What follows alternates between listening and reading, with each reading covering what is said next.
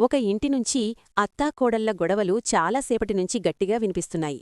ఆ శబ్దమంతా ఎక్కువగా ఉండడంతో పక్కింటివాళ్లు కూడా చెవులు కొరుక్కుని వింటున్నారు. కొందరు మాత్రం ఆ గొడవను చూసి ముచ్చటగా మాట్లాడుకుంటూ ఆనందపడుతున్నారు.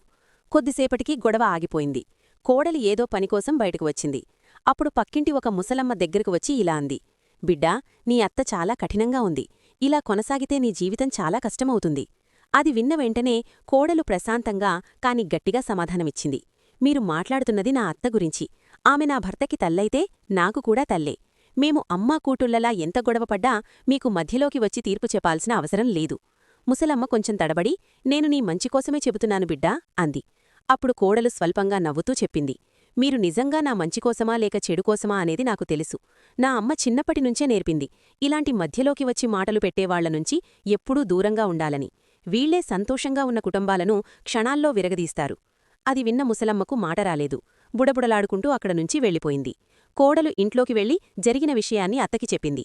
అది విన్న వెంటనే అత్త కళ్లల్లో నీళ్లు తెచ్చుకున్నాయి. ఆమె కోడల్ని గట్టిగా ఆలింగనం చేసుకుని కంటతడి పెట్టుకుంటూ ఇలా అంది.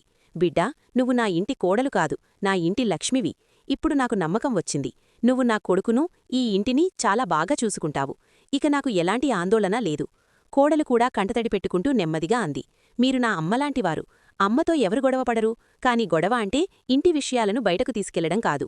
ఇంటి విషయాలు ఇంట్లోనే ఉంటే ఆ ఇల్లు దేవాలయంలాంటిది. లేదంటే ప్రతి వీధిలో ఉండే మాటలు పెట్టేవాళ్లు క్షణాల్లోనే ఒక సంతోషమైన కుటుంబాన్ని చెదరగొడతారు. మీకు నచ్చితే ప్లీజ్ లైక్, షేర్ చేయండి, సబ్స్క్రైబ్ చేయండి. ధన్యవాదాలు.